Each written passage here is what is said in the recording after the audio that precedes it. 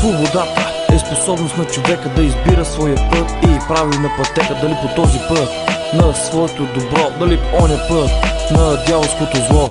Тя не може, братко, да ни бъде взета, ако път дадем на поредната вендета. Няма друго по-важно от това за някои хора е несбъдната мечта. Душата ни свободна, какво ни иска зная, и дявола съгласен, на земята днес е рая. В килия мрачна можеш да си окован, с тежките вериги сам няма и преебан. Но да бъде свободен вътрешно, тялото ми в кръв е в болка тръшкано. И за край, хора, бъдете себе си, отпуснете и не продавайте душите си.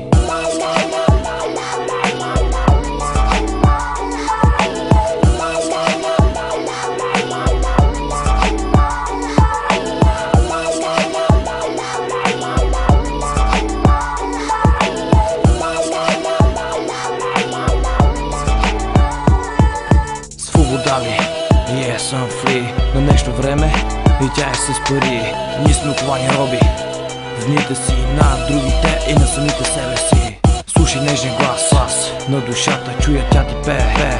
Пее за свободата, не съм важен, но за нея днес пея. Само тя ме кара да се смея, питащи за мъките на българи. Толкова време по тигото на турци, няма живи партизани, брат. От тогава всичко е било за нашата държава. Няма жив да го питам за свобода, да ми каже какво е с отключена душа.